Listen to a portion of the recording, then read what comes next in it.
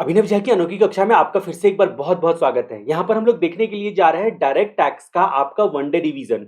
One day revision कहने का मतलब कि 15 से 18 घंटे के अंदर में पूरे डायरेक्ट टैक्स के सिलेबस को मैंने यहाँ पर रिवाइज़ करवा के दिया है आपको। ये वीडियोज़ आपके फाइनेंस एक्ट 2020 पर आधारित है, यानी कि आपका असेसमेंट ईयर 21-22 हो जाता है। यानी कि आपके मई 21 या नवंबर 21 एग्ज़ाम के लिए पूरी तरह से रिलेवेंट है। मई 21 में एग्ज़ाम नहीं भी हो के पोस्टपोन भी हुआ तो कोई फ़र्क नहीं पड़ता है, इसका नाम तो हम लोग मई 21 एग्ज़ाम ही करके पुकारेंगे। यहाँ पर मैं आपको टीडीएस टीसीएस के मेमोरी मंत्र के बारे में भी बताने के लिए जा रहा हूँ। यहाँ पर मैं आपको मेमोरी टेक्निक से यहाँ पर पहले टीडीएस टीसीएस के जो रेट्स होते हैं और जो आपका क्रेडिट और पेमेंट व्हिचएवर इज अर्लियर में आप कंफ्यूज करते हो उसको मैं क्लियर कराने वाला हूँ। कुछ बातें यहाँ पर मैं आपको स्टार्टिंग में रटवाने वाला हूँ ताकि टीडीएस टीसीएस चैप्टर आपके लिए याद रखना बहुत आसान हो जाए। टीडीएस टीसीएस चैप्टर में एक खास बात है कि समझना कठिन नहीं है, यहाँ पर याद रखना कठिन है, क्योंकि बहुत सारे क्लॉज जो हैं ऐसे हैं जो कि आपको समझ में तो आ जाते हैं पर याद नहीं रहते हैं, कन्फ्यूज़न बहुत ज़्यादा होता है। यहाँ पर मैं एक कहानी आपको सुनाने के लिए जा रहा हूँ, जहाँ पर मैं आपको कुछ मामले बताऊँगा जहाँ पर टीडीएस केवल पेमेंट बेसिस पे काटा जाता है। जी हाँ, एक होता है डिडक्टर, एक होता है डिडक्टी, जिसको आप पेड या पेई भी बोलते हो। डिडक्टर का काम क्या होता है कि जब आपको पैसा देते रहेगा ना तो टैक्स का पैसा उसमें से काट लेगा, उसी को बोलते हैं टैक्स डिडक्शन एट सोर्स। अब जहाँ तक बात करते हैं कि जो काटेगा तो वो कब काटेगा, क्रेडिट और पेमेंट व्हिचएवर इज अर्लियर ज़्यादातर मामले में दिया गया है। लेकिन कुछ मामले ऐसे हैं जहाँ पर पेमेंट बेसिस पे दिया गया है और कुछ मामले ऐसे हैं जहाँ पर अदर बेसिस पे दिया गया है। पेमेंट बेसिस में 4 मामले दी गई है, जिसमें एक कहानी आपको याद रखना है कि आप एक नौकरी करते हो और आपको सैलरी मिली। सैलरी मिली, उसका आपने जुआ खेल लिया। क्या कर लिया? आपने जुआ खेल लिया, लॉटरी खेल ली। यानी कि विनिंग आपका हो गया, विनिंग आपका हो गया। अब क्या हुआ ना कि आपको इंश्योरेंस का प्रीमियम भरना था, इंश्योरेंस का प्रीमियम भरना था। अब आपने वो भी प्रीमियम को नहीं भरा, प्रीमियम को इंश्योरेंस का नहीं भरा, तो यहाँ पर क्या हो गया कि पॉलिसी जो आपने ली हुई थी उसका प्रीमियम नहीं भरा, आपने जुआ खेल लिया, विनिंग फ्रॉम लॉटरीज़ वगैरह सब। अब यहाँ पर प्रॉब्लम आपको क्या हो गई कि जो आपकी इमूवेबल प्रॉपर्टी थी उसको कंपल्सरी एक्वायर कर लिया गया। तो जी हाँ, ऐसे कुछ सेक्शंस हैं जिस सेक्शन में बताया गया है आपका साफ-साफ कि टीडीएस केवल पेमेंट बेसिस पे कटेगा। ये कहानी से आपको याद रखना है। अब यहाँ पर बात करते हैं सैलरी मिली। आप रेजिडेंट एम्प्लॉयी हो या फिर नॉन रेजिडेंट हो, अगर आपको सैलरी मिली तो पेमेंट बेसिस पे टीडीएस कटता है, याद रहे। दूसरी बात, जहाँ तक बात करते हैं कि रेजिडेंट के मामले में कुछ सेक्शंस बताए गए जिसमें winning from lottery, crossword puzzled या फिर अदरवाइज, ठीक है, ये सारे विनिंग्स का जो आपका होता है वो पेमेंट बेसिस पे टीडीएस कटेगा। यहाँ पर हॉर्स रेस अगर आप में पैसा लगाते हो, घोड़े की रेस में पैसा लगाते हो, फिर भी आपका पेमेंट के बेसिस पर टीडीएस कटेगा। फिर बात करते हैं लाइफ इंश्योरेंस पॉलिसी का जो पैसा मिलता है वो भी आपको पेमेंट बेसिस पर कटेगा टीडीएस। फिर compulsory acquisition of immovable property, अगर आपका किसी ने इमूवेबल प्रॉपर्टी कंपल्सरी एक्वायर कर लिया तो एग्रीकल्चर लैंड है तब तो वो एग्जम्प्टेड हो जाता है सेक्शन 10 के तहत, लेकिन अगर अदर देन एग्रीकल्चर लैंड है तो टीडीएस कट के पैसा मिलता है। यहाँ पर सेक्शन 194 करके हम लोग यहाँ पर एलए करके देखेंगे, उसमें हम लोग कहानी जानेंगे। तो मैं उम्मीद करता हूँ कि ये 4 पॉइंट तो आपको आराम से याद हो गए होंगे। ज़्यादातर किसमें क्रेडिट और पेमेंट व्हिचएवर इज अर्लियर पे टीडीएस कटता है, लेकिन ये 4 मामले ऐसे हैं जिसमें पेमेंट बेसिस पर टीडीएस कटता है। उसके अलावा हम लोग बात करते हैं कि अदर कुछ ऐसे फैक्टर्स होते हैं, जैसे कि फाइनेंस एक्ट 2020 में आया सेक्शन नंबर 194, ये बोलता है कि डिविडेंड पर भी टीडीएस कटेगा। डिविडेंड पर टीडीएस कटेगा, सेक्शन 194 जो है ये आया। अब ये बोलता है कि पेमेंट और डिस्ट्रीब्यूटेड व्हिचएवर इज अर्लियर, तो जी हाँ, डिविडेंड का डिस्ट्रीब्यूशन होता है, आपको पता है। तो डिविडेंड का पेमेंट या डिस्ट्रीब्यूशन जो दोनों में जो भी अर्लियर होगा उसके बेसिस पर डिविडेंड पे टीडीएस कटेगा। फिर जहाँ तक बात करते हैं कि यहाँ पर अगर मान लीजिए कि एक सेक्शन ऐसा है जिसमें आपको देखने के लिए मिलेगा कि अगर मान लीजिए कि आप 50,000 से ऊपर का रेंट पे करते हो हर महीने का, तो उस सिचुएशन में यहाँ पर क्या होता है कि प्रीवियस ईयर एंड और वैकेट वाले मंथ व्हिचएवर इज लैटर के 30 डेज के अंदर में आपको टीडीएस का पेमेंट करना पड़ेगा। ठीक है, ये हम लोग कहानी देखेंगे। कुछ स्पेशल केस में इंडिविजुअल हफ को जो रेंट पर टीडीएस लगता है, 50,000 रुपये से ज़्यादा का अगर महीने का रेंट देते हो आप तो आपको टीडीएस लगता है, तो ये हम लोगों ने भी देख लिया अलग। सैलरी हम लोगों ने देखी, लाइफ इंश्योरेंस पॉलिसी हम लोगों ने देखी, उसके बाद हम लोगों ने देखा विनिंग के बारे में, और फिर हम लोगों ने देखा compulsory acquisition of immovable property जिसमें पेमेंट बेसिस पर टीडीएस करता है। फिर हम लोगों ने देखा सेक्शन नंबर 194 जिसमें आपने देखा पेमेंट और डिस्ट्रीब्यूटेड डिविडेंड का बेसिस पर टीडीएस करता है। और एक हम लोग देखेंगे इंडिविजुअल हफ के मामले में स्पेशल केस जहां पर रेंट का पेमेंट करने पर टीडीएस कटता है, वो भी कब कटता है, प्रीवियस ईयर एंड या फिर अगर आप प्रीवियस ईयर खत्म होने से पहले ही वैकेट कर रहे हो तो वैकेट वाले month and whichever is earlier.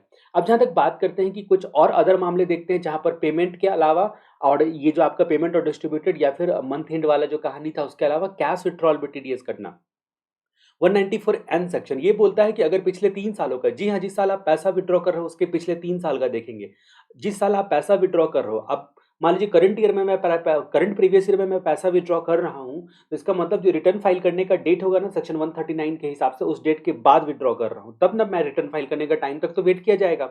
अब विथड्रॉ कर रहा हूँ तो यहाँ पर देखा जाएगा कि जिस दिन मैं पैसा विथड्रॉ कर रहा हूँ उस दिन मैंने पिछले 3 साल का रिटर्न अगर नहीं डाला था, पिछले 3 साल के सारे रिटर्न नहीं डाले थे, तो उस सिचुएशन में 1 करोड़ से मतलब उस सिचुएशन में 20 लाख से ऊपर विथड्रॉ करने पर 2% का टीडीएस कटेगा। जी हाँ, पैसा विथड्रॉ करते वक्त में चाहे मेरे सारे बैंक को मिला लो तुम, कोर बैंकिंग सिस्टम है या अदरवाइज सारे बैंक को मिलाकर मेरे पैन नंबर पर जो भी बैंक मैंने अकाउंट ओपन कर रखा है, 20 लाख रुपए से अगर एक फाइनेंशियल ईयर में एक्सीड कर गया, क्योंकि मैंने सारे आईटीआर फाइल नहीं किए हैं तीन प्रीवियस प्रेसिडिंग ईयर के, इसलिए 20 लाख से ऊपर पे 2% टीडीएस कटता है और 1 करोड़ से ऊपर 5% का टीडीएस कटता है। ऐसा फाइनेंस एक्ट 2020 में अमेंडमेंट करके बोला गया। अब जहां तक बात करते हैं कि अगर मैंने पिछले 3 सालों का आईटीआर फाइल किया हुआ है, तब 1 करोड़ से ज्यादा विड्रॉ करने पर मेरे को 2% का टीडीएस कटेगा। तो यहाँ पर विड्रॉल के बेसिस पे टीडीएस है, इसीलिए मैंने आपको बताई। उसके अलावा जितनी भी कहानी है वो सारी कहानी क्रेडिट और पेमेंट विचएवर इज अर्लियर पर है। उसके अलावा जितनी भी कहानी है टीडीएस कटने की, वो क्रेडिट और पेमेंट विचएवर इज अर्लियर पर है, जिसमें आपने देख सकते हो कि एम्प्लॉय प्रोविडेंट फंड का ट्रस्टी का पेमेंट करता है, तो वो अब यहाँ पर बात करते हैं क्रेडिट और पेमेंट विचएवर इज अर्लियर में कुछ मामले ऐसे हैं जो केवल रेसिडेंट को पेमेंट करने पर टीडीएस कटता है। जी हाँ, केवल रेसिडेंट को पेमेंट करने पर टीडीएस कटता है। यहाँ पर भी हम लोगों ने देखा कि जो आपका विनिंग वाला, हॉर्स रेस विनिंग वाला, लाइफ इंश्योरेंस पॉलिसी वाला और कंपल्सरी एक्विजिशन वाला रेसिडेंट को पेमेंट करने पर था, लेकिन सैलरी वाला जो है रेसिडेंट एम्प्लॉय हो या नॉन रेसिडेंट एम्प्लॉय हो, दोनों सिचुएशन को कवर करता था। अब यहाँ पर बात करते हैं कि कुछ सिचुएशन में रेसिडेंट को पेमेंट करते हैं। कौन कौन सा सिचुएशन में केवल रेसिडेंट को? तो इंटरेस्ट ऑन सिक्योरिटीज केवल रेसिडेंट को पेमेंट करते हैं, तो क्रेडिट और पेमेंट विचएवर इज अर्लियर। लेकिन अदर देन सिक्योरिटीज तो आपका जो है रेसिडेंट हो या नॉन रेसिडेंट हो। इंश्योरेंस कमीशन, जी हाँ, इंश्योरेंस कमीशन जो है पेमेंट करते हैं, यानी कि एजेंट हमारा भारतीय रेसिडेंट होना चाहिए। लॉटरी टिकट में भी जो है आपका यहाँ पर रेसिडेंट को पेमेंट किया जाता है। यहाँ पर commission on sale of lottery ticket है। यहाँ पर एक आपने देखा था विनिंग फ्रॉम लॉटरी, एक है कमीशन फ्रॉम। यहाँ पर इमूवेबल प्रॉपर्टी का ट्रांसफर करना 194 IA के हिसाब से, लेकिन हम लोगों ने देखा था जो इमूवेबल प्रॉपर्टी का ट्रांसफर करना यहाँ पर है, लेकिन 194 LA हम लोगों ने देखा था वो कंपलसरी एक्विजिशन था इमूवेबल प्रॉपर्टी का, जिसमें पेमेंट के बेसिस पर जो है वो टीडीएस काटा जाता है। फिर आपने जो है ना एक देखा होगा सेक्शन आपका कैपिटल गेन करते वक्त में ज्वाइंट डेवलपमेंट एग्रीमेंट करके, वहां पर क्या था कि आपकी जमीन थी, उस पर बिल्डर जो है घर बनाता है, बिल्डर घर बनाने के बदले में मान लीजिए 10 फ्लोर बनाता है, 10 फ्लोर में 4 फ्लोर आपके नाम पे कर दिया, उसके अलावा कुछ कमर्शियल आपके नाम पे कर दिया और उसके अलावा कुछ कैश भी आपको दिया, तो उस कैश पे टीडीएस कटता है। उस कैश पे टीडीएस कटता है कैपिटल गेन करते वक्त में, आपने देखा होगा वहां पर आपने देखा होगा कि ज्वाइंट डेवलपमेंट एग्रीमेंट के तहत जो पैसा मिलता है उस पर टीडीएस कटना, वो भी रेसिडेंट को पेमेंट करने पर। अगर आपका धरती भारत में है और सॉरी आप रेसिडेंट हो, भारत में हो या नहीं है उसका मतलब नहीं है, मतलब रेसिडेंट हो आप, तो आपको पेमेंट करने पर। फिर 194K करके एक जो है ना यहाँ पर नया सेक्शन आया है, जिसमें बोला गया है म्यूचुअल फंड या यूटीआई का जो पेमेंट करती है रेसिडेंट को, याद रहे नॉन रेसिडेंट को पेमेंट करता है तो वो सेक्शन 196 में आ जाएगा, 196A है, ठीक है। लेकिन यहाँ पर ये रेसिडेंट को पेमेंट किया जाता है, तो ये के सेक्शन उनके लिए लाया गया, रेसिडेंट वालों के लिए। फिर बात करते हैं कि अगर मान लीजिए कि यहाँ पर सर्टेन सम बाय इंडिविजुअल या हफ, इसके बारे में हम लोग जानेंगे बाद में अपनी चर्चा। 194 LA करके जो है मूवेबल प्रॉपर्टी का कंपलसरी एक्विजिशन, ये भी रेसिडेंट को पेमेंट किया जाता है, लेकिन ये कंपलसरी एक्विजिशन यहाँ पर दोबारा लिख दिया है मैंने, एक्चुअली ये पेमेंट बेसिस पर टीडीएस काटा जाता है इस पे। अब यहाँ पर कहानी में एक बात आती है कि रेसिडेंट को पेमेंट करना है, नॉन रेसिडेंट को पेमेंट करना है, या दोनों को पेमेंट करने पे चलेगा। ये सारी भी कंफ्यूजन का एरिया था, जिसको मैंने कोशिश की है क्लियर करने की। अब मैं आपको टैक्स रेट याद करवा देता हूँ। ज़्यादातर केस में जो है ना 10% का टीडीएस का टैक्स रेट है। जब भी आपको इंटरेस्ट सब सुनने को मिलता है, तो इंटरेस्ट ऑन सिक्योरिटीज हो या अदर दैन सिक्योरिटीज हो, रेट है 10%। डिविडेंड सब सुनने को मिलता है, तो कैसा भी डिविडेंड हो, जनरल डिविडेंड हो या म्यूचुअल फंड या यूटीआई वाले डिस्ट्रीब्यूट करते हो, उसके बावजूद भी आपका 10% का रेट है। फिर हम लोग बात करते हैं ईपीएफ का ट्रस्टी जो अभी हम लोगों ने यहाँ पर देखा था, क्रेडिट और पेमेंट विचएवर इज अर्लियर का हमारा पहला पॉइंट, ठीक है।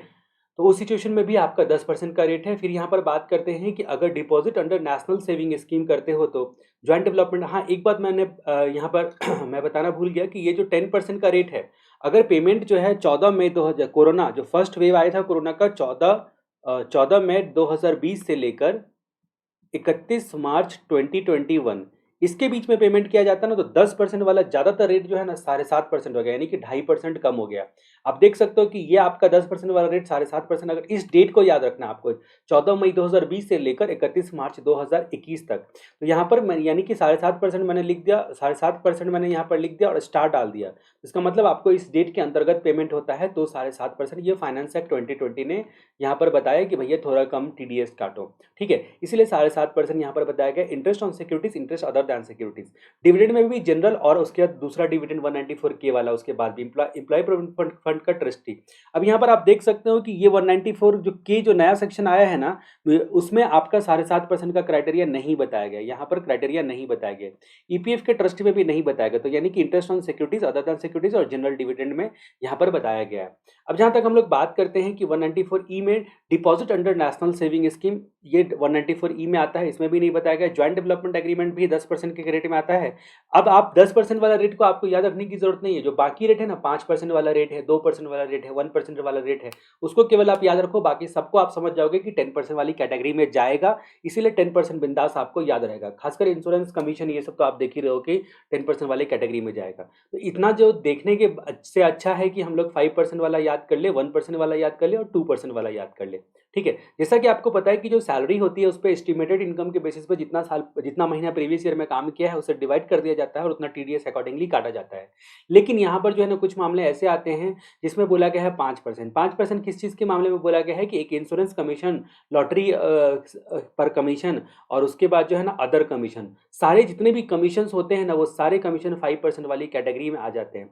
आप इंटरेस्ट डिविडेंड देख रहे हो कि 10% वाले कैटेगरी में आते हैं और सारे प्रकार के कमीशन 5% वाले कैटेगरी में आते हैं।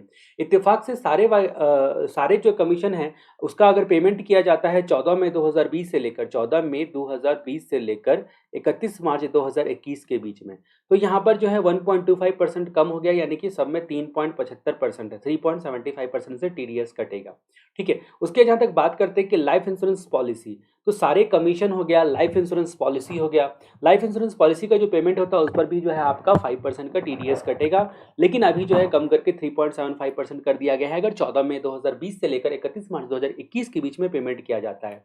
उसके जहाँ तक बात करते हैं कि 194M की कहानी हम लोग यहाँ पर देखते हैं। यहाँ पर हम लोग बात करते हैं कि रेंट बाय सर्टेन इंडिविजुअल या हफ, जो मैं बता रहा था कि 50,000 पर मंथ से ज़्यादा का पेमेंट किया जाता है तो वो भी 5% वाली कैटेगरी में आ जाएगा। जी हाँ, 50,000 से पर मंथ वाला जो रेट आता है वो भी 5% की कैटेगरी में आ जाएगा। लेकिन यहाँ पर एक बात और बताई गई है ना कि ये जो आपका जो पेमेंट होगा ना, रेंट 50,000 महीने से ज़्यादा का आप रेंट अगर पेमेंट करते हो तो आपका टीडीएस का जो अमाउंट होगा कटने का ना, वो लास्ट मंथ रेंट से कभी भी एक्सीड नहीं करेगा। लास्ट मंथ रेट, ये लास्ट मंथ रेट किसको बोला जाएगा? प्रीवियस ईयर एंड या फिर जिस महीने आप वैकेट कर रहे हो उसको लास्ट मंथ बोला जाएगा। ठीक है, घर को वैकेट खाली कर रहे हो, किराएदार हो, घर को खाली कर रहे हो, उस मंथ के एंड या फिर previous year and whichever is earlier को आप लास्ट मंथ बोलोगे, और लास्ट मंथ का जो रेट होगा ना उससे ज़्यादा टीडीएस एक्सीड नहीं करेगा। लेकिन रेट बताया गया है 5%, और उसको जो स्पेसिफाइड डेट के अंतर्गत पेमेंट करते हैं 14 मई 2020 से लेकर 31 मार्च 2021 के बीच में, तो घटाकर 3.75% कर दिया गया है।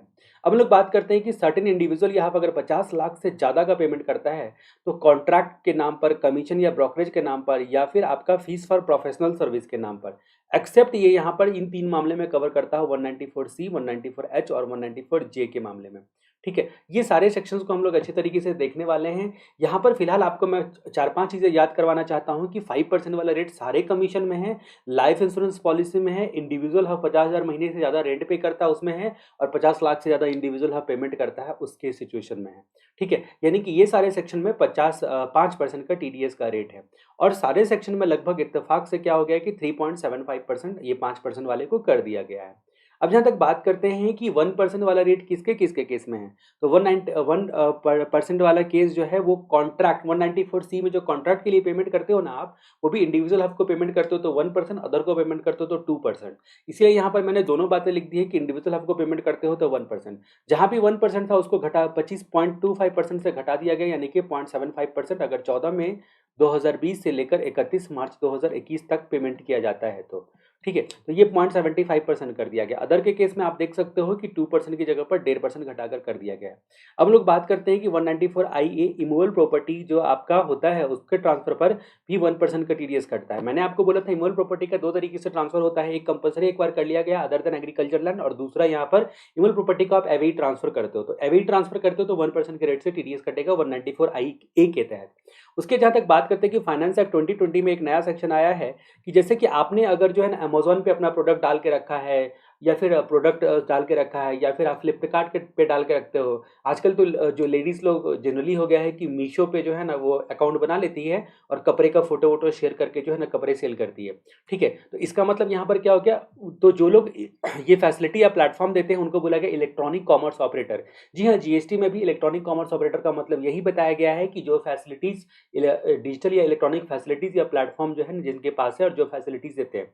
लेकिन जो लोग पार्टिसिपेट करते हैं उसको बोला गया ECP, electronic commerce participants. Electronic commerce participant, जैसे कि मेरा प्रोडक्ट अगर अमेज़न, फ्लिपकार्ट पे है तो मैं कौन हो गया, इलेक्ट्रॉनिक कॉमर्स पार्टिसिपेंट्स। अब यहाँ पर बोला गया है कि इलेक्ट्रॉनिक कॉमर्स जो ऑपरेटर होता है यानी कि अमेज़न, फ्लिपकार्ट वाले, मैं जो भी सेल करता हूँ अमेज़न, फ्लिपकार्ट पे जो भी मैं सेल करता हूँ, मेरे को जो प्रोडक्ट बिका, अगर मैं ये पेन सेल करता हूँ और ये पेन का दाम है 7,500 रुपया, तो ये 7,500 रुपीज़ जब मेरे को पेमेंट करने लगेगा, तो उस सिचुएशन में वो 1% के रेट से टीडीएस भी काटेगा। कौन? अमेज़न, फ्लिपकार्ट वाला। ठीक है? अब यहाँ पर कहानी में एक बात और ट्विस्ट आती है कि अगर मैं इंडिविजुअल हूँ, मैं अपना पैन और आधार कार्ड जो है वो फर्निश करता हूँ और पेमेंट जो है वो आपका स्पेसिफाइड लिमिट से एक्सीड नहीं करता है, तो उस सिचुएशन में टीडीएस नहीं कटेगा। इंडिविजुअल हब के पास थोड़ा-सा बचने का रास्ता है। ये हम लोग 194 ओ नया सेक्शन देखेंगे जिसमें 1% का रेट है। तो 1% का रेट कहाँ-कहाँ है? 194 सी में इंडिविजुअल हब का पेमेंट करता है, कॉन्ट्रैक्ट का, इमूवेबल प्रॉपर्टी का जो है पेमेंट किया जाता है, और उसके बाद जो है ना इलेक्ट्रॉनिक कॉमर्स ऑपरेटर वाला 194 ए में पेमेंट किया जाता है। तो 2% वाला रेट कहाँ-कहाँ है? तो हाँ, यहाँ पर जहाँ भी 1% है ना, उसको घटा के 0.75% कर दिया गया है। लेकिन ये जो इलेक्ट्रॉनिक कॉमर्स ऑपरेटर वाली जो बात मैंने कही ना, इस पे रेट नहीं घटाया गया है, इस पे रेट नहीं घटाया गया है। ये यहाँ पर जो है ना, जहाँ पर 1% था वहाँ पर 0.75% कर दिया गया है। इसका मतलब क्या हो गया कि 14 मई 2020 से लेकर 31 मार्च 2021 के बीच में पेमेंट करने पर 2% वाला रेट हम लोग देखेंगे। पहले 194 सी अदर दैन इंडिविजुअल हब को पेमेंट करते हैं तो 1.5% का रेट, 2% का रेट है, 2% का रेट को घटाकर 1.5% कर दिया गया है स्पेसिफाइड रेट के अंतर्गत अगर पेमेंट किया जाता है तो। उसके अलावा दूसरा है कि 194 आई में अगर रेंट होता है मूल प्रॉपर्टी के लिए तो 10% का रेट था। 194 आई हम लोगों ने देखा था 10% वाले रेट में जाता है अगर रेंट आपका इमोल प्रॉपर्टी के लिए, लेकिन प्लांट एंड मशीनरी के लिए है तो रेट था 2%। अब यहाँ पर 10% वाले में 2.5% घटा दिया गया है। स्पेसिफाइड रेट के अंतर्गत अगर पेमेंट होगा तो 7.5% कर दिया गया है और यहाँ पर 1.5% कर दिया गया है। दो जहाँ भी था वहाँ पर 1.5% कर दिया गया, गौर करो। दो जहाँ भी था वहाँ पर 0.5% से घटा दिया गया है। उसके बाद एक जहाँ भी था वहाँ पर 0.25% से घटा दिया गया एक्सेप्ट इलेक्ट्रॉनिक कॉमर्स ऑपरेटर, और 5% वाले तो सारे मामले में 3.75% कर दिया गया, 1.25% से घटा दिया गया है। बाकी जितने भी मामले आते हैं टीडीएस मेरे रेट में आप याद रखो कि 10% के रेट से टीडीएस कटेगा। ठीक है, यहाँ तक की बात हम लोगों ने जानी। अब हम लोग चैप्टर के मेन कंटेंट्स पे आते हैं।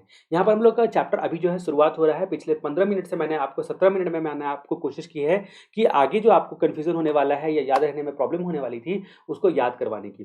अब हम लोग बात करते हैं कि हम लोगों ने एक शब्द की चर्चा की थी, क्रेडिट और पेमेंट व्हिचएवर इज अर्लियर। ये क्रेडिट का मतलब क्या होता है? चाहे वो सस्पेंस अकाउंट में आपका क्रेडिट हो या अदर अकाउंट में क्रेडिट हो, किसी भी बुक्स ऑफ अकाउंट में क्रेडिट को क्रेडिट माना जाएगा। पेमेंट का मतलब तो दे देना, पेमेंट कर देना, ये तो आपको अभी पता ही है। तो यहीं पर बताई गई है कि बुक्स ऑफ अकाउंट्स में क्रेडिट सस्पेंस अकाउंट या अदर किसी भी नाम से क्रेडिट करो, उसको हम लोग क्रेडिट ही मानेंगे। दूसरी बात हम लोग बात करते हैं कि फाइनेंस एक्ट 2020 में कुछ सेक्शन में अमेंडमेंट आया है जिसको मैं पहले ही यहाँ पर बता देता हूँ। अगर आपको पता है कि ना, अगर मान लीजिए कि कहीं कहीं पर आपको देखने को मिलेगा कि अगर कोई भी बंदा पेमेंट करता है, किसको पेमेंट करता है, तो 99% केस में रेसिडेंट को पेमेंट करता है एक्सेप्ट।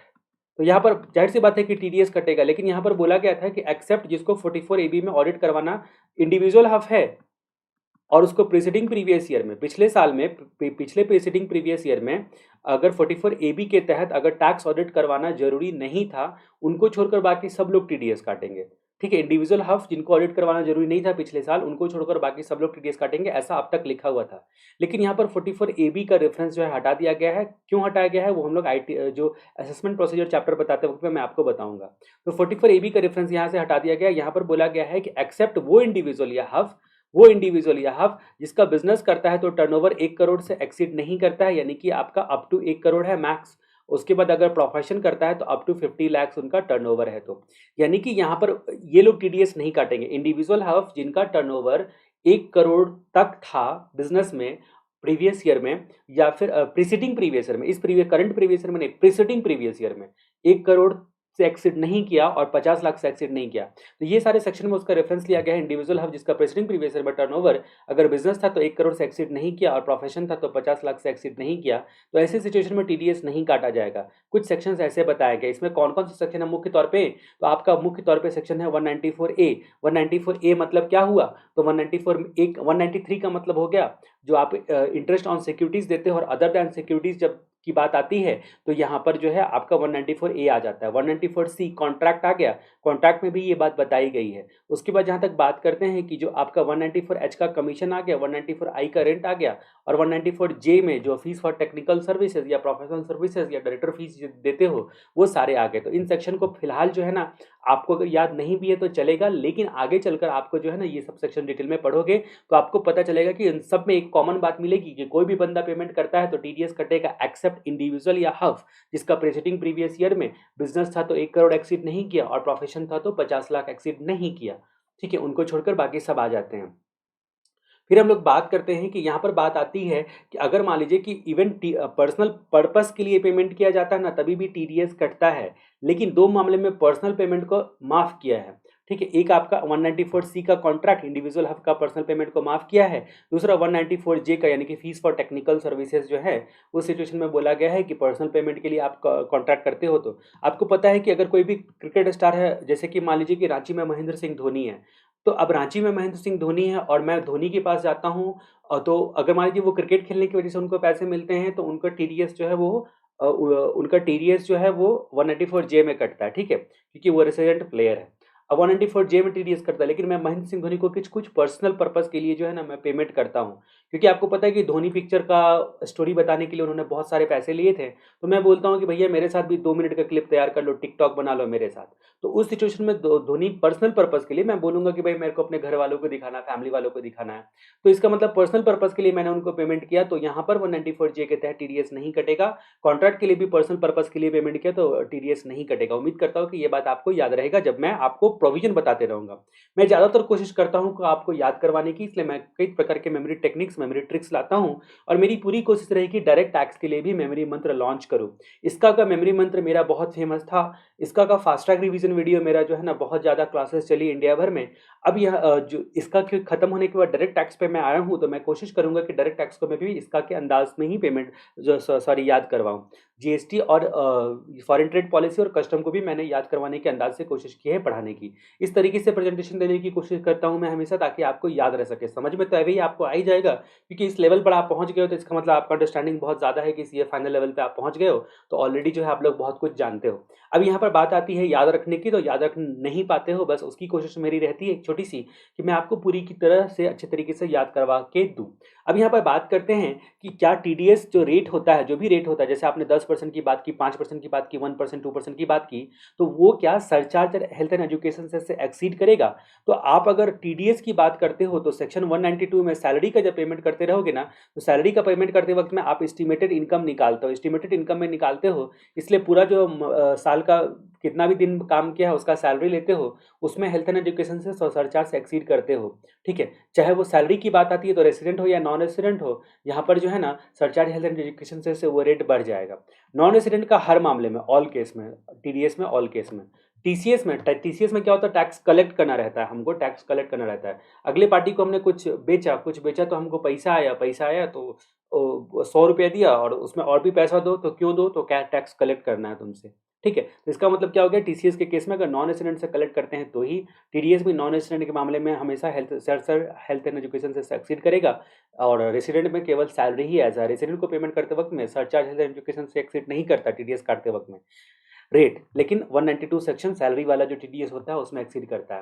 अब हम लोग बात करते हैं कि क्या जीएसटी का कंपोनेंट पे टीडीएस करता है। मान लीजिए कि 100 लाख का सामान है, उस पर 12 लाख का जीएसटी है, 112 लाख रुपए का जो है ना इस पर टीडीएस काटने की बात आती है, तो बोलता है कि इस 12 लाख पे टीडीएस नहीं कटेगा अगर दो कंडीशन सेटिस्फाई कर देते हो, केवल 100 लाख पे टीडीएस कटेगा। ठीक है, पेमेंट करते वक्त में दो कंडीशन की, पहली बात कि रेसिडेंट को टीडीएस काटा जा रहा है, दूसरी बात कि इनवॉइस में जो है ना सेपरेटली मेंशन होना चाहिए ये जीएसटी का फिगर। इनवॉइस में सेपरेटली मेंशन होता ही है जनरली, तो आपका इनवॉइस में सेपरेटली मेंशन होना चाहिए। दोनों कंडीशन सेटिस्फाई कर दिया तो उस सिचुएशन में सर्कुलर 23/2017 बोलता है कि जीएसटी के कंपोनेंट पे टीडीएस नहीं काटा जाएगा।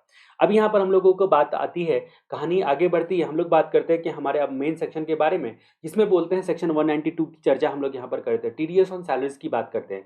कोई भी बंदा अगर पेमेंट करता है किसको, एम्प्लॉय को, एम्प्लॉय चाहे रेसिडेंट हो या नॉन रेसिडेंट हो, एम्प्लॉय को पेमेंट करता है तो एस्टिमेटेड इनकम कैलकुलेट करना पड़ेगा। एस्टिमेटेड इनकम कैलकुलेट करना पड़ेगा, उसके हिसाब से दो ऑप्शन है एस्टिमेट, क्योंकि ये बंदा जो है जनरली क्या होगा ना, रेसिडेंट या नॉन रेसिडेंट एम्प्लॉय इंडिविजुअल है, तो उस परिस्थिति में यहाँ पर क्या होगा ना, इनके पास दो ऑप्शन है। या तो बोला गया है कि इनके पास दो ऑप्शन कौन कौन से हैं, या तो 115 बीएसी के तहत टीडीएस पे का पेमेंट, सॉरी टैक्स का पेमेंट करो, या फिर आप नॉर्मल स्लैब वाले स्कीम में जाओ। जो भी आप स्कीम चूज करना चाहते हो उसके लिए इंटीमेट करोगे अपने एम्प्लॉयर को। किसको इंटीमेट करोगे? अपने एम्प्लॉयर को इंटीमेट करोगे। अब एम्प्लॉयर को एक बार इंटीमेट कर दिया तो उसी हिसाब से एस्टिमेटेड इनकम कैलकुलेट कर लेगा, उसी हिसाब से आपका tax plus surcharge plus plus जो है ना हेल्थ एंड एजुकेशन से कैलकुलेट कर लेगा। फिर प्रीवियस ईयर में जितने महीने आपने काम किया था उनके यहाँ, उससे डिवाइड करेगा और टीडीएस अकॉर्डिंगली हर महीने काटेगा। इंटीमेशन आपने मान लीजिए कि एक बार चूज कर लिया ये वाला ऑप्शन, 115 बीएससी वाला ऑप्शन, लेकिन रिटर्न फाइल करते वक्त में आपको लगा कि नहीं, मेरे को स्लैब वाला ऑप्शन ही मेरे लिए बेटर होता है क्योंकि मेरे पास इंश्योरेंस पॉलिसी थी, उसका कागजात मिल गया। इसका मतलब क्या क्या हो गया कि आप रिटर्न फाइल करते वक्त में आप दोनों में से कोई भी चूज करके रिटर्न फाइल कर दो, डिफरेंशियल टैक्स का पेमेंट कर दो या रिफंड क्लेम कर लो। लेकिन एक बात और आती है कि अगर आपने एम्प्लॉयर को, अपने मालिक को टीडीएस काटते वक्त में एक बार बोल दिया था कि भैया मेरे को नॉर्मल स्लैब वाले में जाना है, तो आप अपना ओपिनियन चेंज नहीं कर सकते हो। बाद में इंटीमेशन जो है वो एक बार दे दिया तो बस दे दिया। अब ये एस्टिमेटेड इनकम की जब हम लोग बात करते हैं, जिस पर टैक्स कैलकुलेट करके divide by number of month करते हैं, वो कैसे होता है? ये एम्प्लॉयर जो होता है वो करंट एम्प्लॉयर हो या प्रीवियस एम्प्लॉयर हो, दोनों को कंसिडर किया जाता है। सारे सोर्स को के इनकम इंक्लूडिंग टीडीएस को कंसिडर किया जाता है। सारे सोर्स के इनकम, हर सोर्स के कंसिडर किया जाता है। लेकिन लॉस जो होता है वो केवल हाउस प्रॉपर्टी का कंसिडर किया जाता है। जी हाँ, एस्टिमेटेड इनकम कैलकुलेट करने वक्त में लॉस केवल हाउस प्रॉपर्टी का कंसिडर किया जाता है। उसके जो 89 सबसेक्शन 1 का रिलीफ होता है ना, आपके एडवांस सैलरी या एरियर सैलरी जो पहले आपको बहुत दिन से पेंडिंग था, सैलरी 3-4 सालों से, अगर अचानक मिल जाता है तो जो भी आप रिलीफ क्लेम करते हो सेक्शन 89 सबसेक्शन 1 के तहत ना, उसको भी कंसिडर यहाँ पर किया जाएगा। टीडीएस जो ऑलरेडी पेड है उसको भी कंसिडर किया जाएगा। और परक्विजिट की एक बात आती है, परक्विजिट को भी कंसिडर किया जाएगा। लेकिन परक्विजिट में दो बातें आती है कि परक्विजिट में अगर मान लीजिए कैश में परक्विजिट आपको मिलता है, अगर आपको कैश में परक्विजिट मिलता है तो हमेशा एस्टिमेटेड इनकम में कंसिडर किया जाएगा। लेकिन अगर काइंड या नॉन मॉनेटरी परक्विजिट आपको मिलता है जिस पर इंप्लॉयर चूज करता है 192 सबसेक्शन 1 के तहत टैक्स देना, इंप्लॉयर मालिक ही चूज कर लेता है, तो वो परक्विजिट आपके एस्टिमेटेड इनकम में नहीं आएगा क्योंकि मालिक उस पर टैक्स देता है और वो इंप्लॉय के हैंड में 1010C में एग्जेम्प्टेड होता है।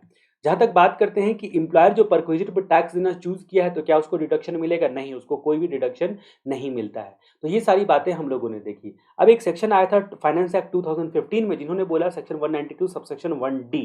1D क्या बोलता है आपको कि अगर इंप्लॉयर जो होता है ना, कुछ मामलों में आपसे एस्टिमेटेड इनकम कंसिडर करने के लिए ना आपसे एविडेंस या सबूत मांगेगा। कौन कौन से मामले में? कोई भी प्रकार का डिडक्शन हो जाता है, या कोई भी प्रकार का एग्जम्पशन होता है, या कोई भी प्रकार का अलाउंस होता है, हाउस प्रॉपर्टी लॉस को कंसिडर करने के लिए तो आपसे प्रूफ मांगता ही मांगता है। इन सबको कंसिडर करेगा। जैसे आपका लीव ट्रेवल कंसेशन है, या फिर आपका जो है ना कन्वीनियंस फीस है, या फिर लीव इनकैशमेंट है, उन सबको कंसिडर करने के लिए आपसे सबूत मांगा जाएगा। ठीक है, तो यहाँ तक की बात हम लोगों ने देखी। अब हम लोग बात करते हैं कि अगर मान लीजिए कि नॉन रेसिडेंट या फिर नॉन रेसिडेंट को पेमेंट करते हो ना आप भारत के बाहर, तो आपका एम्प्लॉयर बाउंड है टीडीएस काटने के लिए, करना ही पड़ेगा। ठीक है, सेक्शन 192 में ही आ जाएगा। अगर कोई भी चीज़ अगर नॉन रेसिडेंट को पेमेंट करते हो, उसके लिए स्पेसिफिक सेक्शन नहीं है, तो वो 195 के तहत टीडीएस कटता है। ठीक है, अब यहाँ पर बात करते हैं कि आप रेस्टोरेंट में खाना खाने के लिए गए। आप खाना खाने के लिए रेस्टोरेंट में जाते हैं तो यहाँ पर बात करते हैं कि आप टिप देते हो, वेटर को टिप देते हो। ठीक है, टिप देते हो तो अगर मान लीजिए कि आप कार्ड से पेमेंट करते हो और बोलते हो बिल के साथ ही टिप ले लो, बिल के साथ ही टिप ले लो। मान लीजिए कि आपका रेस्टोरेंट का बिल बनता है 1200 रुपये का और 100 रुपये आपने टिप दी, तो 1300 रुपये का पेमेंट आपने किया। अब यहाँ पर जो वो टिप का पैसा है ना, वो अगर पूरा साल में जो कलेक्ट होता है या पूरे महीने में कलेक्ट होता है, वो अगर वेटर को दिया जाए, तो वेटर को वो एम्प्लॉयर के रिलेशन होने की वजह से नहीं मिला है, वो टिप आपकी स्वेच्छा से मिला है, इसीलिए उस पर टीडीएस नहीं करता। जो टिप का पैसा होता है ना होटल में, उस पर टीडीएस नहीं करता है, ऐसा कोर्ट का जजमेंट है। अब हम लोग बात करते हैं फाइनेंस एक्ट 2020 में एक अमेंडमेंट आया जहां पर बोला गया, आपको पता है कि जो एम्प्लॉय स्टॉक ऑप्शन प्लान होता है ना, उसका एक जो हम लोग एक अलग चैप्टर देखने के लिए जा रहे हैं, उसमें जो इसॉप का पेमेंट किया जाता है ना, वो परक्विजिट कंसिडर किया जाता है। इसॉप का पेमेंट करना एम्प्लॉय स्टॉक ऑप्शन प्लान के तहत जो भी आपको पैसे मिलते हैं शेयर एंड सिक्योरिटी सस्ते रेट पे या फ्री में मिलते हैं, तो उसको परक्विजिट कंसिडर किया जाता है। यहाँ पर बोला गया फाइनेंस एक्ट 2020 में कि अगर 80 आईएसी वाला एलिजिबल स्टार्टअप है, 80 आईएसी वाला एलिजिबल स्टार्टअप का मतलब यहाँ पर क्या हो गया, जो 1/4/2020 से लेकर 1/4/2021 के बीच में जिसका इनकॉर्पोरेशन हुआ है। जी हाँ, 20 से लेकर 21 के बीच में जिसका इनकॉर्पोरेशन हुआ है, और किसी भी प्रीवियस ईयर में उनका टर्नओवर 25 करोड़ एक्सीड नहीं किया है, किसी भी प्रीवियस ईयर में एक्सीड नहीं किया है, तभी आप स्टार्टअप हो। आपका 25 करोड़ एक्सीड ही कर जाता है तो आप स्टार्टअप कहाँ से होगे? तो किसी भी प्रीवियस ईयर में 25 करोड़ एक्सीड नहीं करता, और उसके बाद सेंट्रल गवर्नमेंट का उनका नोटिफाइड सर्टिफिकेट होना चाहिए। अगर वो एलिजिबल स्टार्टअप वाले अपने एम्प्लॉय को ईशॉप का पेमेंट करते हैं, तो फिर परक्विजिट बोलकर कब कंसिडर करना है सेक्शन 192 में टीडीएस काटने के लिए? तो रिलीवेंट असेसमेंट ईयर एंड का 48 मंथ, और अगर उस सिक्योरिटी को एम्प्लॉय ने सेल कर दिया जो उसको शॉप के तहत मिला था वो वाला प्रीवियस ईयर, या फिर एम्प्लॉय अब नौकरी छोड़ दिया है, सीज टू बी एम्प्लॉय, ठीक है, एम्प्लॉय अब नौकरी में नहीं है, विचेवर इज अर्लियर के 14 दिनों के अंदर में टीडीएस काटना है, विचेवर इज अर्लियर के 14 दिनों के अंदर में टीडीएस काटना है। ऐसा फाइनेंस एक्ट 2020 का अमेंडमेंट है। अब यहाँ पर बात करते हैं कि अगर मान लीजिए एम्प्लॉय रेसिडेंट हो या नॉन रेसिडेंट हो, वो स्लैब या 115 बीएससी से ऑप्ट कर सकता है टैक्स देने के लिए। अब मान एम्प्लॉय को एक बार इंटीमेट कर दिए कि भैया हमको ये वाला ऑप्शन से दे दो, तो जो भी आपका ऑप्शन आएगा ना उसको ही आपको हमेशा के लिए सेलेक्ट करना पड़ेगा। आप उसमें चूज नहीं, डिफरेंस नहीं कर सकते हो, ठीक है। अब जहाँ तक बात करते हैं कि मान लीजिए मेरा इनकम है 5,50,000 का, ठीक है, और उस पर जो है ना परक्विजिट बनता है जिस पर एम्प्लॉयर चूज करता है 192(1)(a) के तहत जो है ना वो टैक्स देना, जो कि मेरे हैंड में 10(10)(c) में एग्जेम्प्टेड है। ये आपका कितना हो गया? ये आपका हो गया 80,000 मान लीजिए का पेमेंट करता है। तो फिर स्टैंडर्ड डिडक्शन हमको 50,000 का जो आपका स्टैंडर्ड डिडक्शन मिलता है वो स्टैंडर्ड डिडक्शन मिलता है, और साथ में मेरे पास जो है इंश्योरेंस पॉलिसी है चैप्टर 6A के तहत में जिसका डिडक्शन ले सकता हूँ 60,000 की, ठीक है। अब यहाँ पर बात करते हैं कि जो भी मेरा जो है यहाँ पर जो है ना जो भी इनकम होगा मेरा, तो उस पर क्या किया जाएगा? उस पर क्या किया जाएगा? तो उस पर ना टैक्स कैलकुलेट किया जाएगा, क्योंकि ये मेरे हैंड में एग्जेम्प्टेड है तो ये कंसिडर होगा नहीं, ये भी माइनस होगा और ये भी माइनस होगा। अब यहाँ पर बात करते हैं कि अब अब कहानी में एक ट्विस्ट आ जाता है। यहाँ पर ट्विस्ट क्या आ जाता है कहानी में कि मेरा इनकम 5,50,000 का है, तो आपको पता है कि 5,50,000 का इनकम है और ये नॉन मॉनेटरी परक्विजिट पे ये चूज कर रहा है ये टैक्स पे करना, तो मेरे हैंड में इनकम कंसिडर ही नहीं किया जाएगा। तो अब इसका मतलब मेरा इनकम 5 लाख से रिड्यूस हो रहा है। लेकिन अगर मान लीजिए कि ये एम्प्लॉयर चूज नहीं करता, ये मेरा परक्विजिट है जिसमें मेरे को ही टैक्स देना है, तो उस सिचुएशन में ये दोनों इनकम मेरा ऐड हो गया और ये दोनों माइनस हो गया। इस तरीके से कैलकुलेट करेंगे, उसके बाद उसका टैक्स कैलकुलेट करेंगे। टैक्स कैलकुलेट करने के बाद 87A। अब यहाँ पर मेरा देखिए इस मामले में अगर देखा जाए तो मेरा इनकम 5,50,000 प्लस 80,000 है। ये यही फिगर को देख के ना मेरे को डिसाइड करना है कि मेरे को 87A मिलेगा या नहीं मिलेगा, ठीक है। उम्मीद करता हूँ कि पहला वाला चैप्टर जो है ना आपने अच्छे तरीके से देखा होगा। यहाँ पर मैं 2-3 प्रैक्टिकल एग्जांपल लेता, लेकिन क्योंकि ये हमारा वन डे रिवीजन वीडियो है, यहाँ पर प्रैक्टिकल एग्जांपल जो है मैं नहीं ले सकता हूँ, क्योंकि ऑलरेडी हम लोग बहुत लेट हो चुके हैं। अब आधे घंटे के अंदर में मेरे को कोशिश करनी है कि बाकी पूरा टीडीएस रिवाइज करवा देने का। अब हम लोग बात करते हैं section 192A employ provident fund scheme के तहत। अगर ट्रस्टी पेमेंट करता है, किसको पेमेंट करता है? रेसिडेंट या नॉन रेसिडेंट को पेमेंट करता है? किसी को भी पेमेंट करता है। कौन? ईपीएफ का ट्रस्टी पेमेंट करता है। तो आपको वो 5 केसेस याद करने हैं आपको। देखिए हमेशा रेट के लिए ना पहली बात जो है ना आपको क्रेडिट और पेमेंट विचेवर इज अर्लियर के लिए पेमेंट बेसिस के वो जो कुछ मामले थे वो याद करने हैं। 5% वाला, 2% वाला और 1% वाला रेट कहाँ कहाँ है वो याद करना है। बाकी सब केस में 10% का रेट है, और क्रेडिट और पेमेंट विचेवर इज अर्लियर बाकी सब केस में है, ठीक है। तो यहाँ पर 50,000 से ज़्यादा अगर पेमेंट करता है रेसिडेंट या नॉन रेसिडेंट को, तो उस सिचुएशन में यहाँ पर 10% के रेट से टीडीएस कटेगा, यानी कि 50,000 तक का पेमेंट करने में टीडीएस नहीं कटता है ईपीएफ ट्रस्टी अगर पेमेंट करता है तो। अब यहाँ पर बात करते हैं कि अगर इनके पास परमानेंट अकाउंट नंबर नहीं है, इनके पास परमानेंट अकाउंट नंबर होना चाहिए। अगर परमानेंट अकाउंट नंबर नहीं है तो उस सिचुएशन में मैक्सिमम मार्जिनल रेट से टीडीएस कटेगा। जी हाँ, मैक्सिमम मार्जिनल रेट से टीडीएस कटेगा। मैक्सिमम मार्जिनल रेट जो है ना 42.744% के आसपास करीब जाता है। अब यहाँ पर हम लोग बात करते हैं कि अगर एक 197A का डिक्लेरेशन होता है, जो डिक्लेरेशन आप देते हो ना कि अगर आपका टैक्स जो है ना लोअर रेट पे बनता है किसी कारण से, या फिर आपको टैक्स बनता ही नहीं है, तो 197A के तहत जो डिक्लेरेशन दिया जाता है तो टीडीएस नहीं करता है। वो यहाँ पर ईपीएफ स्कीम में दे सकते हो कि भैया मेरा टैक्स ही नहीं बनता तो क्यों काटोगे। तो ट्रस्टी अगर पेमेंट करता है रेसिडेंट या नॉन रेसिडेंट को, तो 10% के रेट से टीडीएस काटा जाएगा। अगर 50,000 से ज़्यादा का पेमेंट करता है, याद रहे ईपीएफ का पैसा आपको 50,000 से ज़्यादा मिलता है तो टीडीएस का पेमेंट काटा जाएगा। क्रेडिट और पेमेंट विचेवर इज अर्लियर के टाइम पे, क्रेडिट और पेमेंट विचेवर इज अर्लियर के टाइम पे, ठीक है। ये कहानी हम लोगों ने देखी। अब हम लोग बात करते हैं सेक्शन नंबर 193 की इंटरेस्ट ऑन सिक्योरिटीज की बात करते हैं। हम लोग इंटरेस्ट ऑन सिक्योरिटीज की बात करते हैं। फिर से आपको 2-3 बातें चेक करनी है। क्रेडिट और पेमेंट में आपका क्या क्या मामला आता था वो रिवाइज करना है, और उसके बाद जो है ना 5%, उसके बाद 2%, 1% वाले रेट में क्या-क्या आता था वो आपको याद करना है। सेक्शन 193 इन सब में से कहीं नहीं फॉल करता है, इसीलिए यहाँ पर 10% के रेट से टीडीएस काटा जाएगा, क्रेडिट और पेमेंट व्हिचएवर इज अर्लियर के टाइम पे। अगर मान लीजिए कि इंडिविजुअल आपको पेमेंट करे तो 5,000 रुपए तक से ज़्यादा 5,000 रुपए तक कोई भी टीडीएस नहीं काटा जाएगा। अदर को पेमेंट करे तो एक भी पैसा पेमेंट करोगे ना तो टीडीएस काटा जाएगा। अब ये रेसिडेंट को पेमेंट करने वाला था, तो जी हाँ, सिक्योरिटी पर इंटरेस्ट जो है रेसिडेंट को पेमेंट किया जाता है। तो 1 मई 2020 से लेकर 31 मार्च 2021 के बीच में 2.5% कम कर दिया गया है, तो 7.5% इंटरेस्ट ऑन सिक्योरिटीज़ का पेमेंट किया जाता है।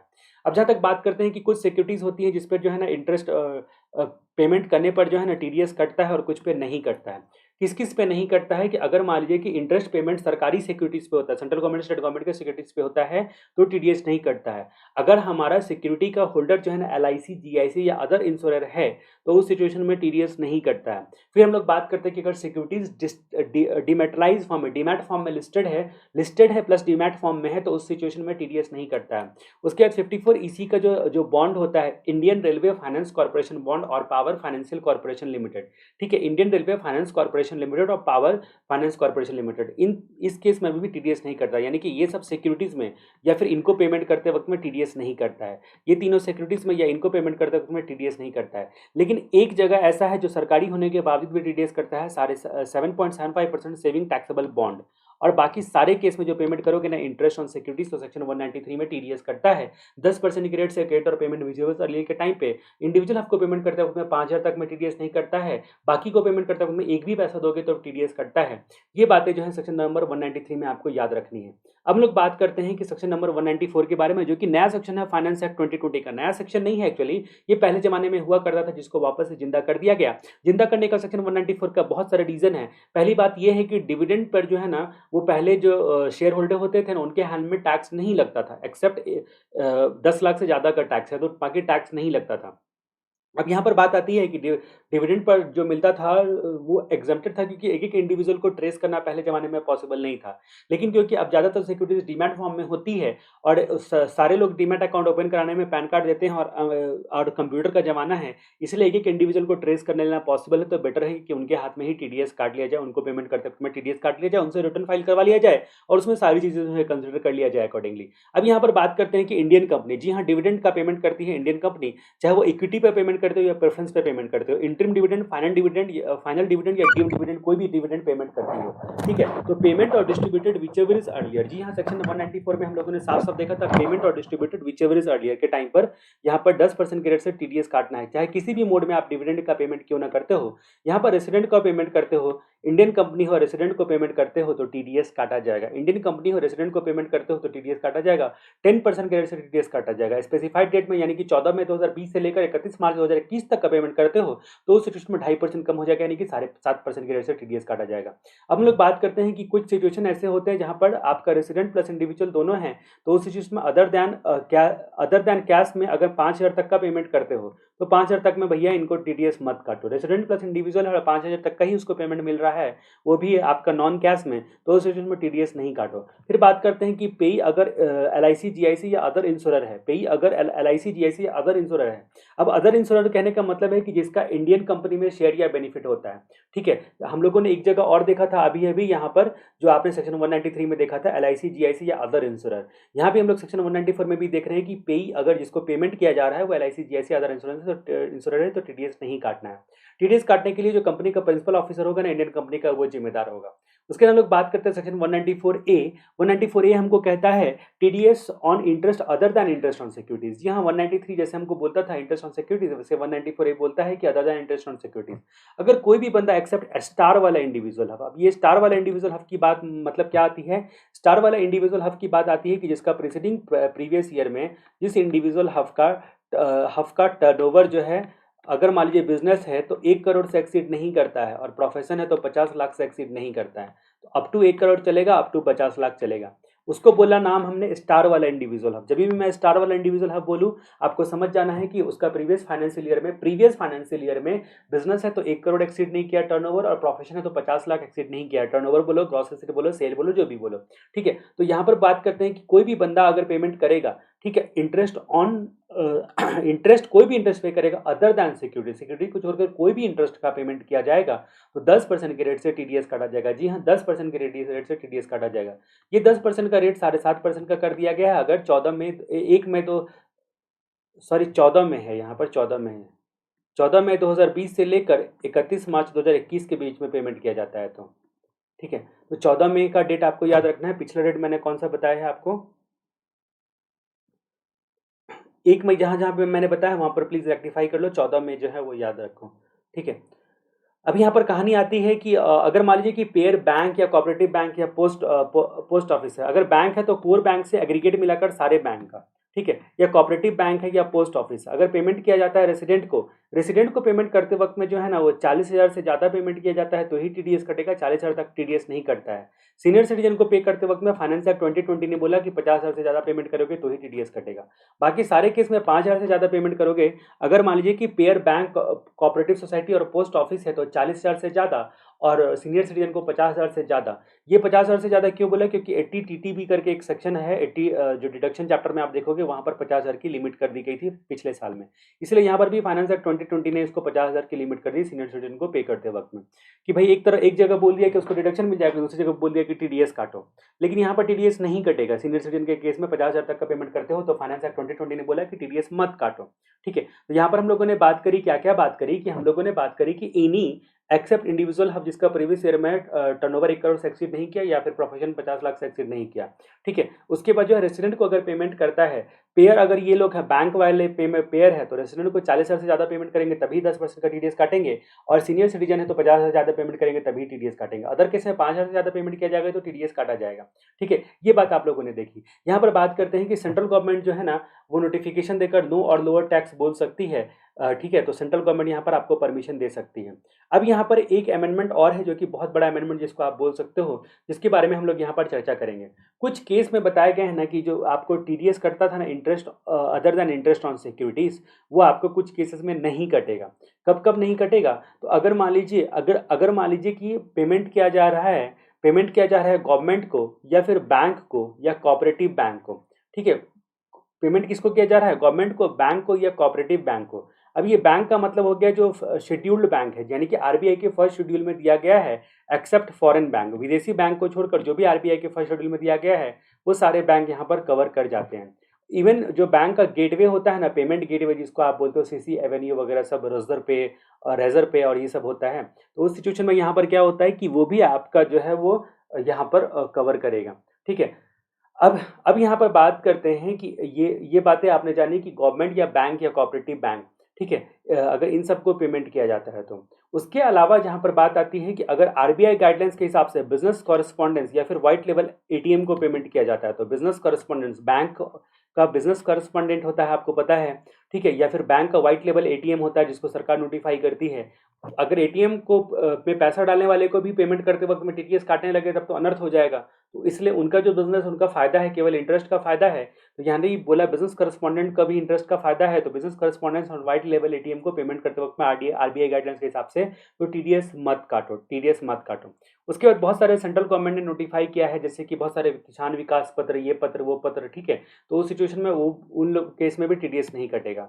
कोऑपरेटिव लैंड मॉर्गेज बैंक, एक जैसे कोऑपरेटिव बैंक हो गया ना, वैसे कोऑपरेटिव लैंड मॉर्गेज बैंक को पेमेंट करते वक्त में टीडीएस नहीं कटेगा। उसके अलावा फाइनेंशियल कॉर्पोरेशन जो कि सेंट्रल, स्टेट या फिर प्रोविंशियल एक्ट के तहत बनाया गया है ना, उस पर भी टीडीएस नहीं कटेगा। ठीक है, उसके बाद यहाँ पर एलआईसी, जीआईसी और अदर इंश्योरेंस को पेमेंट करते वक्त में भी जो है टीडीएस नहीं कटेगा। फिर जहाँ तक बात करते हैं कि जो partners firm chapter, taxation of firm chapter आप देखोगे, उसमें देखोगे सेक्शन 40 का सबसेक्शन बी। ठीक है, अगर पार्टनर बंदा रेसिडेंट है, उसको पेमेंट किया जा रहा है, फर्म वाले पेमेंट कर रहे हैं, ठीक है, उसके कैपिटल पे इंटरेस्ट वगैरह, तो उस पर भी टीडीएस नहीं कटेगा। ठीक है, ये बात आपने जानी, ये फर्म की बात हम लोगों ने जानी। अब यहाँ पर जहाँ पर अमेंडमेंट है डायरेक्ट उसकी चर्चा करते हैं। अगर मान लीजिए कि कोऑपरेटिव सोसाइटी, अगर मान लीजिए कि पेमेंट करता है किसी दूसरे कोऑपरेटिव सोसाइटी को या कोऑपरेटिव सोसाइटी के मेंबर को, तो जनरली टीडीएस नहीं कटता है। लेकिन अगर ये कोऑपरेटिव सोसाइटी कोऑपरेटिव बैंक हो और दूसरे कोऑपरेटिव सोसाइटी को या कोऑपरेटिव बैंक को या उसके मेंबर को पेमेंट करता हो तो टीडीएस कटता है। ये पहले से बताया गया था। फाइनेंस एक्ट 2020 ने बोला कि अगर बड़ी कोऑपरेटिव सोसाइटी है, जी हाँ, अगर बड़ी कोऑपरेटिव सोसाइटी है और नॉर्मल नॉर्मल बंदे के केस में 40,000 से ज़्यादा और सीनियर सिटीजन के केस में 50,000 से ज़्यादा पेमेंट करती है तो टीडीएस कटेगा। तो पहले तो बोला कि कोऑपरेटिव कोऑपरेटिव जो है ना सोसाइटी, अगर दूसरे कोऑपरेटिव सोसाइटी या उसके मेंबर को पेमेंट करती है या फिर अपने मेंबर को पेमेंट करती है तो टीडीएस नहीं कटेगा। लेकिन बोला कि बड़ी कोऑपरेटिव सोसाइटी अगर तुम हो ना और इंडिविजुअल को 40,000 से ज़्यादा पेमेंट कर रहे हो इंटरेस्ट का, सीनियर सिटीजन को 50,000 से ज़्यादा पेमेंट कर रहे हो इंटरेस्ट का, तो टीडीएस कटेगा, ऐसा फाइनेंस एक्ट 2020 ने बोला। ठीक है, यहाँ पर बोला गया कि बड़ी कोऑपरेटिव सोसाइटी किसको बोला, जिसका टर्नओवर जो है ना 50 करोड़ से एक्सीड करता है उसको बड़ी कोऑपरेटिव सोसाइटी बोला। 50 करोड़, जी हाँ, 50 करोड़ से एक्सीड करता है उसको बड़ी कोऑपरेटिव सोसाइटी बोला गया। और भी कई मामले होते हैं जहां पर आपका टीडीएस नहीं कटता है।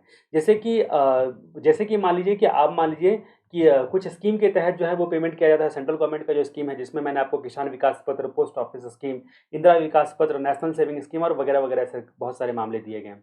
उसके बाद जहाँ तक बात करते हैं कि जो मोटर एक्सीडेंट क्लेम एक्ट के तहत जो मोटर एक्सीडेंट जब होता है ना तो उसमें जो क्लेम होता है ना तो 50,000 तक का जो आपका कंपनसेशन पे इंटरेस्ट मिलता है ना उस पर भी टीडीएस नहीं काटा जाएगा। फिर जहाँ तक बात करते हैं कि अगर विदेशी को पेमेंट किया जाता है, नॉन रेसिडेंट या फॉरेन कंपनी को पेमेंट किया जाता है इंटरेस्ट का, यहाँ पर हम लोग रेसिडेंट को पेमेंट करने की बात कर रहे हैं। अगर विदेशी को पेमेंट किया जाता है तो सेक्शन 195 के तहत टीडीएस काटना ही पड़ेगा, चाहे 1 रुपये भी पेमेंट करो, 195 सेक्शन में लेकिन वो जाएगा। ठीक है, यहाँ पर रेसिडेंट को पेमेंट करते में जाता है। फिर जीरो कूपन बॉन्ड के डिस्काउंट को अगर कोई इंटरेस्ट बोल के पुकारे, ठीक है, maturity value minus issue value discount जिसको आप बोलते हो जीरो कूपन बॉन्ड पर, तो उसको अगर कोई इंटरेस्ट बोल के पुकारे तो भैया उस पर भी टीडीएस नहीं कटेगा। फिर बात करते हैं कि जब आप जो कोर्ट होता है ना उसमें आपका मामला जाता है ना तो रजिस्ट्रार आपसे कुछ पैसा जमा करवाता है कोर्ट का, उस पैसे पर आपको बाद में वो पैसा डिपॉजिट करके रिफंड कर देता है, इंटरेस्ट के साथ करता है, तो उस पर भी टीडीएस नहीं कटेगा। ठीक है, अब हम लोगों ने एक तो कोऑपरेटिव सोसाइटी के बारे में देखा, कोऑपरेटिव सोसाइटी दूसरे कोऑपरेटिव सोसाइटी को या अपने मेंबर को पेमेंट करती है तो टीडीएस नहीं कटता है। लेकिन अगर कोऑपरेटिव सोसाइटी कोऑपरेटिव बैंक है तो टीडीएस कटता है, और बड़ी कोऑपरेटिव सोसाइटी है मतलब उसका टर्नओवर 50 करोड़ से एक्सीड करता है और जो लेने वाला है उसको 40,000 से ज्यादा का पेमेंट कर रही है, अगर लेने वाला सीनियर सिटीजन है तो 50,000 से ज्यादा का पेमेंट कर रही है तो टीडीएस यहाँ पर कट जाएगा। ठीक है, तो ये करके हम लोगों ने इतने बड़े जो है ना सेक्शंस को कवर किया। अब हम लोग बात करते हैं सेक्शन 194 बी की। 194 बी हम लोगों को क्या बोलता है कि विनिंग फ्रॉम लॉटरी या क्रॉसवर्ड पजल से कोई भी बंदा किसी भी बंदे को पेमेंट करता हो, लॉटरी में अगर जीता है, लॉटरी में जीता है तो पेमेंट करते वक्त में याद रहे, यहाँ पर मैंने पहले बताया था विनिंग वाला पेमेंट करते वक्त में बताया था 30% के रेट से टीडीएस करता है। जी हाँ, 30% के रेट से पेमेंट करता है। अगर मान लीजिए कि पेमेंट करता है रेसिडेंट को तो 10,000 से ज्यादा पेमेंट करता है तो ही टीडीएस कटेगा, यानी कि रेसिडेंट को पेमेंट करते हुए 10,000 तक का लॉटरी आपने जीता ना तो टीडीएस नहीं कटता है। लेकिन नॉन रेसिडेंट को एनी अमाउंट का पेमेंट किया जाता है तो टीडीएस कटेगा, एनी अमाउंट का पेमेंट किया जाएगा तो टीडीएस कटेगा।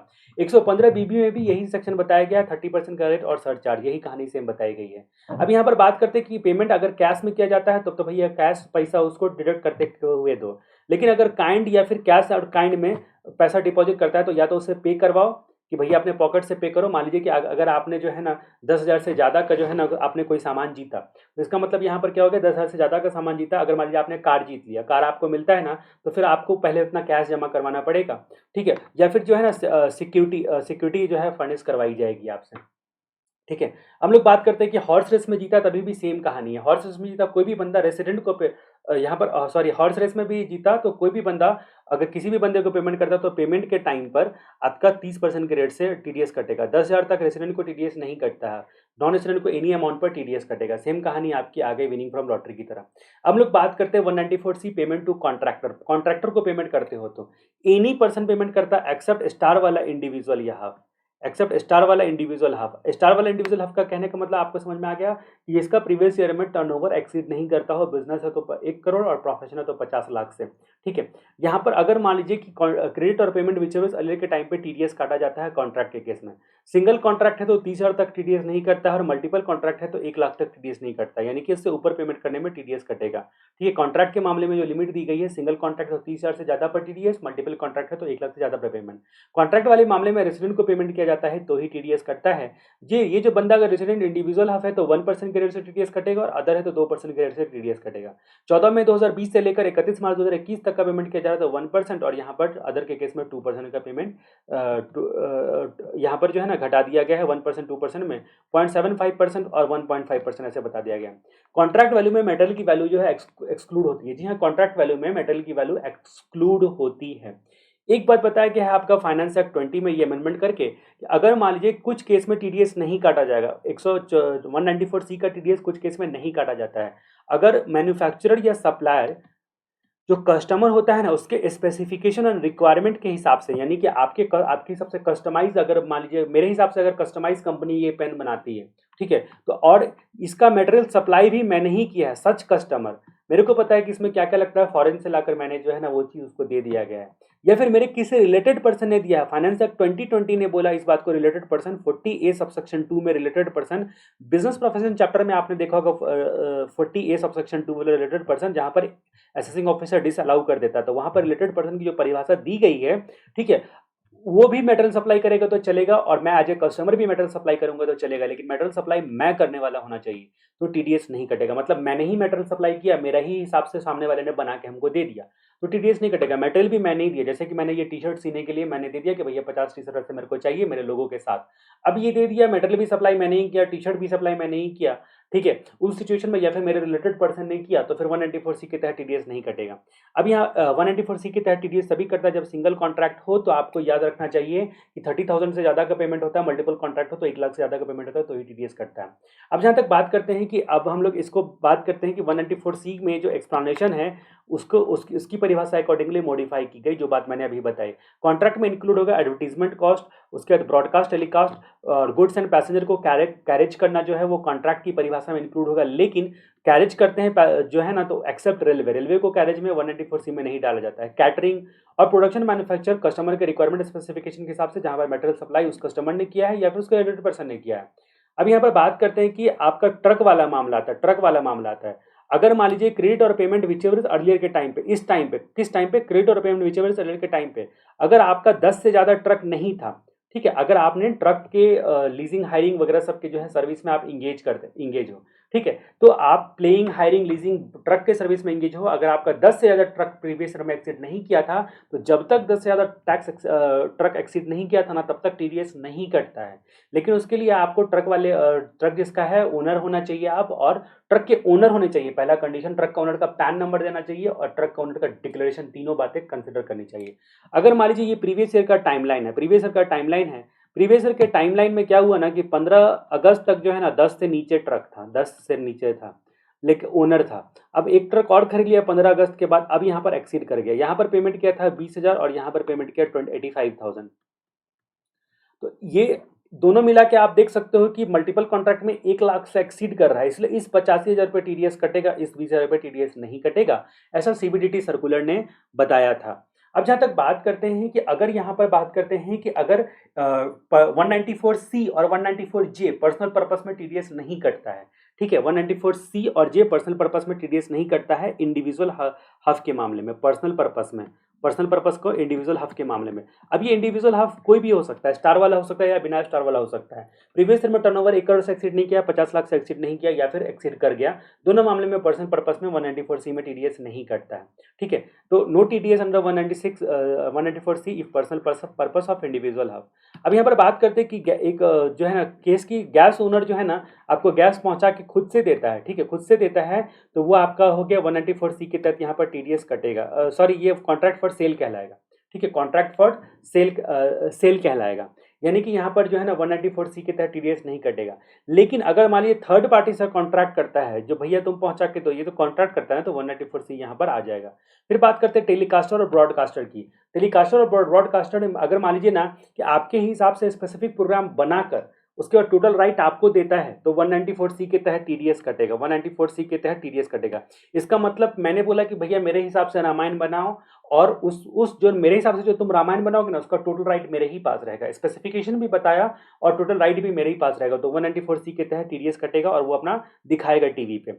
उसके बाद अगर मान लीजिए ऑलरेडी प्रोड्यूस्ड कंटेंट है, जैसे दूरदर्शन के पास जो है ना रामानंद सागर वाला रामायण है, मैं बोलूंगा कि भैया उसको दिखाओ, तो इसका मतलब ऑलरेडी प्रोड्यूस कंटेंट है, तो यहाँ पर 194C कवर नहीं करता है, ठीक है। अब यहाँ पर बात करते हैं कि 194D टीडीएस और इंश्योरेंस कमीशन की बात करते हैं। अगर एनी पर्सन रेसिडेंट को पेमेंट करता है, एनी पर्सन अगर रेसिडेंट को पेमेंट करता है 15,000 से ज्यादा, तो क्रेडिट और पेमेंट विचेवर सैलरी के टाइम पे 5% की रेट से टीडीएस कटेगा। जी हाँ, 5% की रेट से टीडीएस कटेगा यहाँ पर क्रेडिट और पेमेंट विचेवर सैलरी के टाइम पर। 197A का डिक्लेरेशन देता है तो टीडीएस नहीं कटेगा, ठीक है। ये सेक्शन मैंने आपको याद करवा के पहले ही दिया था। उसके जहाँ तक बात करते हैं 197 ए का डिक्लेरेशन क्या होता है कि आपका टैक्स नहीं बनता है या कम बनता है किसी भी कारण से, तो फिर 197 ए का डिक्लेरेशन दे सकते हो, जो कि आगे हम लोग देखने के लिए जा रहे हैं। अब लोग बात करते हैं 194 डीए के बारे में। 194 डीए क्या बोलता है कि अगर मान लीजिए कि लाइफ इंश्योरेंस पॉलिसी का पेमेंट किया जाता है, तो मैंने आपको पॉलिसी भी बताई थी, विनिंग भी बताया था। अगर आपको याद होगा क्रेडिट और पेमेंट बेसिस पर जिसका टीडीएस काटा जाएगा, पेमेंट बेसिस पर टीडीएस काटा जाएगा। लाइफ इंश्योरेंस पॉलिसी में पेमेंट बेसिस पर टीडीएस काटा जाता है, 5% का रेट है। अगर 1 लाख से ज़्यादा का पेमेंट किया जाता है लाइफ इंश्योरेंस पॉलिसी में, तो ही टीडीएस कटता है। अब ये 1 लाख पर जो 1 लाख से ज़्यादा पेमेंट 5% स्पेसिफाइड रेट में 3.75% देखेंगे। ये सब हम लोगों ने देख लिया था पहले ही, ठीक है। अब यहाँ पर बात करते हैं कि किस पैसे पर टीडीएस कटेगा, तो amount receive minus insurance premium paid, यानी कि आपको जो पैसा मिला है ना, उसमें से जितने भी अब तक आपने इंश्योरेंस दे रखे हैं ना, सबको माइनस कर दो, ठीक है। इस अमाउंट पर टीडीएस करता है, जितना भी अमाउंट आपने रिसीव किया है, ठीक है। अब यहाँ पर बात करते हैं कि अगर मान लीजिए कि आपका जो इंश्योरेंस का पैसा है, आप बोलोगे इंश्योरेंस का पैसा तो सेक्शन 1010 में एग्जम्प्टेड होता है। अगर 1010 की कंडीशन को पूरा करते हुए आपका एग्जम्प्ट होता है, तो आप एक काम करो, 197 ए का डिक्लेरेशन दे दो, तो टीडीएस नहीं कटेगा। 197 ए का डिक्लेरेशन देने के बाद टीडीएस नहीं कटेगा। तो हम लोगों ने जाना यहाँ पर 194 डीए पेमेंट अगर लाइफ इंश्योरेंस पॉलिसी के रिस्पेक्ट में किया जाता है, तो कोई भी बंदा पेमेंट करता है रेजिडेंट को, तो पेमेंट के वक्त में 5% से टीडीएस कटेगा। अगर 1 लाख से ज्यादा का पेमेंट किया जा रहा है, टीडीएस किस अमाउंट पे कटेगा, तो अमाउंट जो भी रिसीव हुआ इंश्योरेंस कंपनी से माइनस जो इंश्योरेंस प्रीमियम अब तक पे कर चुका है। अगर आपको नहीं कटवाना है, तो आप 194 डीए का डिक्लेरेशन दे सकते हो। अब हम लोग बात करते हैं 194 ई नॉन रेसिडेंट स्पोर्ट्स एसोसिएशन या स्पोर्ट्समैन की कहानी। यहाँ पर हम लोग चर्चा करते हैं। ये नॉन रेसिडेंट स्पोर्ट्समैन या स्पोर्ट्स एसोसिएशन की कहानी, कोई भी बंदा अगर पेमेंट करता है, इन्हीं पर्सन पेमेंट करता है, किसको, नॉन रेसिडेंट को पेमेंट करता है। ये नॉन रेसिडेंट अगर नॉन सिटीजन स्पोर्ट्समैन है या इंटरटेनर है, नॉन सिटीजन भी है, या फिर नॉन रेसिडेंट स्पोर्ट्स एसोसिएशन है, ठीक है, स्पोर्ट्स एसोसिएशन है। अब स्पोर्ट्स एसोसिएशन को या तो गारंटी पेमेंट किया जाता है या फिर अदरवाइज पेमेंट किया जाता है, जो भी होगा टीडीएस कटेगा। स्पोर्ट्स पर्सन को गेम के लिए एडवर्टाइज करने के लिए या आर्टिकल छपवाने के लिए मैगजीन वगैरह में, या कोई भी इंटरटेनर है उसको परफॉर्मेंस इंडिया में देने के लिए जो है ना पेमेंट किया जाता है। तो यहाँ पर बोलता है क्रेडिट और पेमेंट विचेवर से लड़के टाइम पर 20% के रेट से टीडीएस कटेगा। 194 ई सेक्शन ऐसा बोलता है कि 20% के रेट से टीडीएस कटेगा। ये टीडीएस चैप्टर में बहुत सारे जो है ना फैकल्टीज ने इस बात को नहीं डाला है, क्योंकि ये इंटरनेशनल टैक्सेशन में कवर कर गया, नॉन रेसिडेंट को पेमेंट किया जाता है। लेकिन जितनी भी टीडीएस की कहानी थी, सारे के सारी चीज़ों को मैंने इसी वीडियोस में कवर कर लिया है। चाहे वो रेसिडेंट को पेमेंट करो, नॉन रेसिडेंट को पेमेंट करो, पूरे डायरेक्ट टैक्स में कहीं भी पेमेंट करो, सबको मैंने कवर कर लिया है टीडीएस में, ठीक है। तो 194 क्या बोलता है कि नॉन रेसिडेंट में स्पोर्ट्स पर्सन हो, इंटरटेनर हो या स्पोर्ट्स एसोसिएशन हो, क्रेडिट और पेमेंट विचेवर से के टाइम पे 20% क्रेडिट से टीडीएस कटेगा। अगर मान लीजिए कुछ लोग हैं तो 194 जे में टीडीएस कटता है। अगर रेसिडेंट स्पोर्ट्स पर्सन है, जैसे मैंने धोनी की बात बताई थी, रेसिडेंट स्पोर्ट्स पर्सन है, या फिर अंपायर है, अंपायर कोई भी हो, रेसिडेंट हो या नहीं हो चलेगा, रेफरी है, कोच है, उसके बाद फिजियोथेरेपिस्ट है, उसके बाद यहाँ पर क्या बोलते हैं फिजियोथेरेपिस्ट, उसके अलावा कौन कौन होता है गेम में, आपका क्या बोलते हैं ट्रेनर है, या फिर जर्नलिस्ट है। जर्नलिस्ट स्पोर्ट्स जर्नलिस्ट जो होते हैं ना, वो 194 जे में टीडीएस कटेगा उनका, ठीक है। ये बातें हम लोगों ने जानी। अब हम लोग बात करते हैं कि 194 जी की। 194 जी बोलता है टीडीएस ऑन कमीशन, यानी कि सेल ऑफ लॉटरी टिकट। जो लॉटरी टिकट का जो है ना वो सेल होता है, उस पर क्रेडिट और पेमेंट विचेवर इज अर्लियर के टाइम पे 5% रेट से टीडीएस कटता है।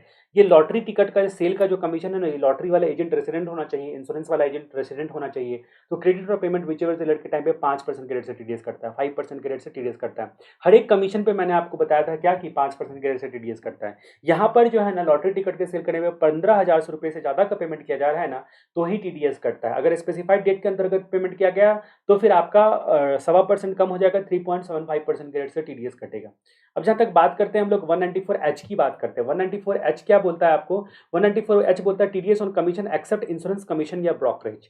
TDS commission except insurance commission या ब्रोकरेज, मतलब अदर कमीशन की बात करता है, अदर कमीशन की बात करता है। एक आपने देखा था इंश्योरेंस कमीशन, एक आपने देखा था लॉटरी टिकट पे कमीशन, और यहाँ पर तीसरे अदर कमीशन, सब में 5% का रेट था, सब में रेसिडेंट को पेमेंट किया जाता था। तो एनी पर्सन एक्सेप्ट यहाँ पर आ गया, 194H आ गया, एनी पर्सन एक्सेप्ट स्टार वाला इंडिविजुअल हब, यानी कि जिसका टर्नओवर प्रीवियस ईयर में 1 करोड़ से एक्सीड नहीं किया, या फिर जिसका प्रोफेशन है तो 50 लाख से एक्सीड नहीं किया। तो क्रेडिट और पेमेंट विचेवर के टाइम पे अगर 15,000 से ज्यादा का पेमेंट किया जाता है, जी हाँ, कमीशन में आपने देख रहे हो कि 15,000 से ज्यादा का पेमेंट हर जगह है, ठीक है। तो उस सिचुएशन में यहाँ पर बोला गया कि 15,000 से ज्यादा पेमेंट करने पर टीडीएस कटेगा। क्रेडिट और पेमेंट विचेवर अर्लियर के टाइम पर टीडीएस कटेगा। अगर स्पेसिफाइड डेट के अंतर्गत पेमेंट किया गया है 14 मई 2020 से लेकर 31 मार्च 2021 तक, तो 3.75% के रेट से टीडीएस कटेगा। अब यहाँ पर बात करते हैं कि ये जो टीडीएस ऑन कमीशन है, कुछ कमीशंस पर जो है ना टीडीएस नहीं करते हैं। अगर बिजनेस ट्रस्ट का रेंट का कमीशन है, बिजनेस ट्रस्ट के प्रोविजन के हिसाब से रेंट का कमीशन है, तो बीएसएनएल या एमटीएनएल को पब्लिक कॉल ऑफिस की वजह से, पीसीओ की वजह से जो फ्रेंचाइजी लेते थे ना, तो उस सिचुएशन में यहाँ पर जो है टीडीएस नहीं करता था। अगर मान लीजिए कि सेक्शन 194 192 में टीडीएस कट रहा है, एम्प्लॉयर के नाम पे से टीडीएस कट रहा है, तो फिर यहाँ पर नहीं कटेगा। उसके जहाँ तक बात करते हैं कि सिक्योरिटी या कमोडिटी ट्रांजैक्शन पर जो कमीशन होता है तो टीडीएस नहीं कटेगा। सिक्योरिटी या कमोडिटी ट्रांजैक्शन का कमीशन जो होता है उस पर टीडीएस नहीं कटेगा, ये भी याद रखने वाली बात है। उसके बाद हम लोग बात करते हैं कि एयरलाइन एजेंट को क्या होता है ना कि आपका जो है ना एक प्राइस फिक्स कर देता है एयरलाइन कंपनी की, 6,000 से कम में 6,000 रुपये हमको दे देना, तुम जितने में भी बेचो। और वो जो एयरलाइन एजेंट है ना, वो आपको क्या करता है, जैसे गो आईबीबो ने टिकट आपको 7,000 में बेचा, 7,000 में बेचा तो 2,000 रुपये उसका कमीशन होता है, 2,000 रुपये उसका कमीशन होता है। 5,000 की टिकट को वो 7,000 में सेल करता है, तो 2,000 रुपये उनका कमीशन होता है। तो वो आप मान लीजिए कि आप इंडिगो का टिकट ले रहे हो, तो इंडिगो वाले पहले ही कॉन्ट्रैक्ट कर लेते हैं कि भैया तुम टेंशन मत लो, 7,000 से नीचे हमारा भी प्राइस नहीं रहेगा, तो लेकिन तुमको हम 5,000 में दे रहे हैं। तो 5,000 और 7,000 में उसने सेल कर दिया आपको टिकट, तो 2,000 रुपये उनका कमीशन हुआ। उस कमीशन पर भी आपका बोलता है टिकट प्राइस माइनस जो फिक्स बाय एयरलाइंस, तो वो कमीशन पर क्या टीडीएस कटेगा? जी हाँ, उस कमीशन पर टीडीएस कटेगा। एयरलाइन एजेंट का कमीशन जो होता है उस पर टीडीएस कटता है, ठीक है। एयरलाइन एजेंट के कमीशन पर टीडीएस कटता है, ठीक है। ये बातें आपको याद रखनी है। फिर टेलीकास्टर एंड ब्रॉडकास्टर वाला हम लोगों ने देख लिया था कि 194C में कवर करता है। अगर स्पेसिफिकेशन के हिसाब से प्रोग्राम बना के तब चलाएगा तो 194C में आ जाएगा। अगर ऑलरेडी प्रोड्यूस कंटेंट को चलाएगा तो 194C में नहीं आएगा। फिर यहाँ पर बात करते हैं कि अगर मान लीजिए आपको प्रचार करवाना है, टीवी में अपना प्रोडक्ट का प्रचार करवाना है, आप रामदेव बाबा हो, आपको अपना पतंजलि का प्रचार करवाना है, तो आप क्या करोगे? एडवर्टाइजमेंट एजेंसी को पैसा दोगे। वैसे तो रामदेव बाबा डायरेक्ट कॉन्टैक्ट करते हैं चैनल वालों से, और खासकर न्यूज़ चैनल वालों से, ताकि उनके खिलाफ न्यूज़ चैनल वाले कुछ ना बोले, इसलिए ज़्यादा से ज़्यादा प्रचार वो देते रहते हैं। तो क्लाइंट जो है एडवर्टीजमेंट एजेंसी को पेमेंट करता है, और एडवर्टीजमेंट एजेंसी जो होता है वो टीवी या मीडिया को देता है प्रचार चलाने के लिए। तो ये इनका जो फ़ायदा होता है ना, ये जो बीच में फ़ायदा है, इन क्लाइंट ने दिया इसको 1,000 रुपये मान लीजिए दिया। अब एडवर्टाइजमेंट एजेंसी ने क्या किया, उसमें से 200 रुपये रख के 800 रुपये इनको दे दिया। तो ये जो 200 का फ़ायदा है ना, उस पर टीडीएस नहीं कटेगा, लेकिन यहाँ पर जो है ना इनको जो फ़ायदा हो रहा है उस पर टीडीएस कटता है। अब यहाँ पर बात करते हैं, यहाँ पर टीडीएस कटेगा, यहाँ पर टीडीएस नहीं कटेगा, ऐसा सीबीडीटी का सर्कुलर बोलता है। अब हम लोग बात करेंगे 194I सेक्शन की, टीडीएस ऑन रेंट की चर्चा हम लोग यहाँ पर करेंगे। आगे हम लोग टीडीएस और टीसीएस जो है ना अगले वीडियो में कवर करेंगे। टीडीएस का बाकी जो बचा हुआ पार्ट है वो, और टीसीएस वो अगले वीडियो में कवर करेंगे। अगले वीडियो तक के लिए जय राम जी की।